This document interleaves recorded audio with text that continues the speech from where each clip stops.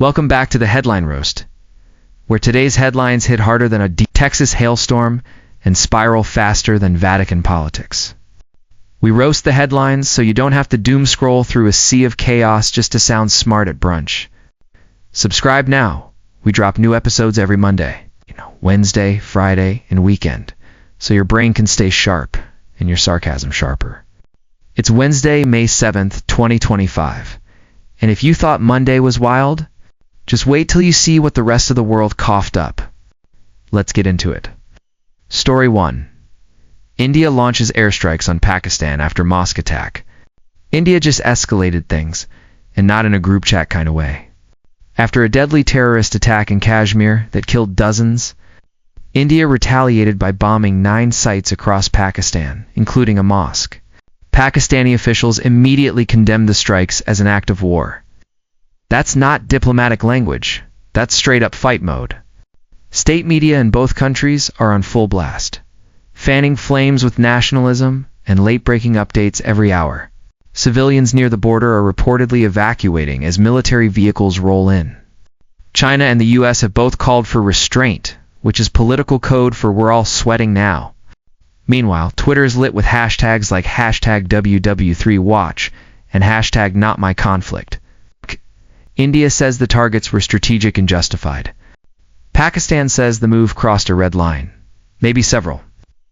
In the world, just bracing for whatever comes next. Story 2. Papal conclave begins after Pope Francis' death. The world's biggest religious vacancy just opened up. Following the death of Pope Francis, 133 cardinals have gathered inside the Sistine Chapel to elect a new pope. The first round of voting sent up black smoke, signaling no decision and cueing every news anchor in Italy to go full Game of Thrones mode. Vatican watchers say this could be a long conclave with no obvious frontrunner. European cardinals want reform. African and Latin American candidates are gaining momentum. Bookies in London have odds running on nicknames, nationalities, and even what animal the next pope might bless. The entire Vatican City is under lockdown. No phones, no leaks, no spoilers. Meanwhile, Catholics around the world wait, praying, guessing, miming. For some, it's a moment of solemn transition. For others, it's just season 2 of Holy Wars. Stay tuned for white smoke and a whole new chapter for the church. Story 3. Fed holds interest rates steady at 4.25% to 4.5%. The Federal Reserve didn't raise rates, didn't lower them either. It just hovered, like a boss at 4:55 on a Friday. Chair Jerome Powell says the economy is cooling but not cold enough to risk a pivot. Wall Street took the news with a collective shrug. The S&P rose slightly. So did people's eyebrows. Mortgage rates will likely stay sky high. Credit card debt will stay annoying. And inflation will keep being everyone's least favorite dinner guest. Economists call this a wait-and-see moment. Translation: nobody knows anything, but they're still getting paid. The Fed's move, or lack of one, shows just how much uncertainty still looms over everything from job growth to used car prices. Consumers are getting whiplash. And Powell, he's just trying to keep the financial world from spontaneously combusting.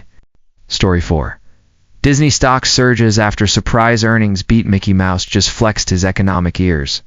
Disney reported a blowout quarter thanks to surging Disney Plus subscriptions and a strong rebound in theme park attendance.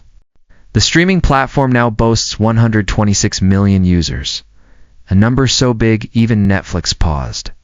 Disney stock jumped 6%, prompting investors to dig out their old mouse ears.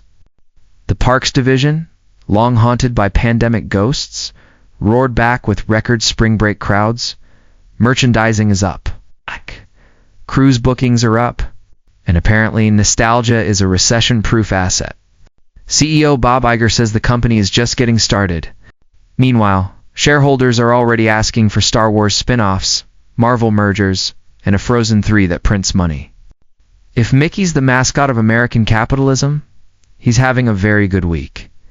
And if you bought shares at the dip, so are you. Story 5. China pumps $138 billion into economy amid trade war. When in doubt, flood the system. That's China's play this week, as its central bank announced a $138 billion liquidity injection.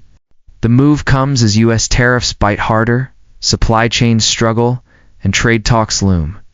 Beijing slashed reserve requirements and lowered rates in a massive economic flex. State media framed it as proactive fiscal stabilization. Markets translated it as "we're not panicking," but investors responded with mild optimism. But economists warned it's a bandage, not a cure. The injection might help short-term growth, but long-term, the problems remain. From real estate crises to youth unemployment, China's economy has plenty to worry about. But for now, the yuan is strong, exports are flowing, and the government is buying time. How much? $138 billion worth? Story 6. Cargill quits the U.S. turkey market. Thanksgiving might look a little weirder this year. Cargill, the nation's top turkey producer, is bailing out of the turkey business. Blame bird flu. Blame low margins. Blame Gen Z's new obsession with plant-based roasts. Whatever the reason, it's a big shakeup in the meat aisle. Industry insiders say this could lead to major shortages, or just major price hikes. Turkey futures are already flapping.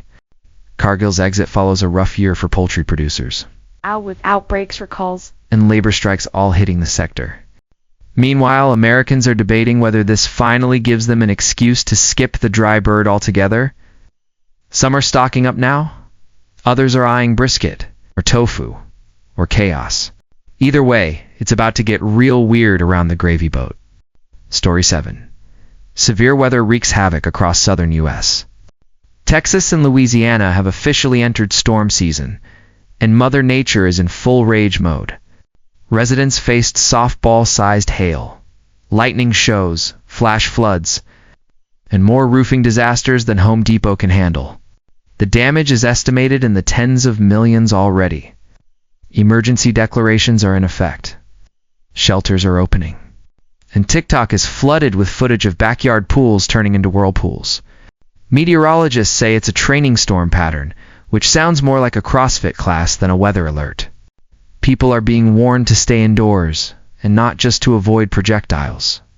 More storms are on the way, with another system forming over the Gulf. At this point, Texans just want one quiet Tuesday. But not this week. Story 8. U.S. and China to meet in Switzerland for trade talks. Diplomacy alert. Washington and Beijing are sending top brass to Switzerland to resume trade negotiations. Treasury Secretary Scott Bessent will face off with China's economic lead, He Lifeng. The setting: neutral territory, alpine air, and 14 varieties of cheese. Goals include easing tariffs, stabilizing the yuan, and not yelling this time. Both sides say they're open to progress, which is diplomat speak for let's try not to throw shoes. The talks come amid new U.S. restrictions on tech exports and China's retaliatory economic pivots. Stakes are high. Tensions are higher. Everyone's hoping Switzerland's calming presence works diplomatic miracles. Worst case scenario, at least the fondue will be good. Story 9. Israel bombs Gaza school and tent camp. 31 killed. Another grim chapter in the Gaza conflict unfolded this week. Israeli airstrikes hit a school and a makeshift camp for displaced families, killing 31 people, including several children. The attacks drew immediate international condemnation. Israel says the targets were tied to militant activity. Palestinian officials say the strikes hit innocent civilians seeking shelter. Photos from the aftermath show scenes of horror, mangled tents, bloodied backpacks, shell-shocked survivors. 8 organizations are demanding an immediate ceasefire.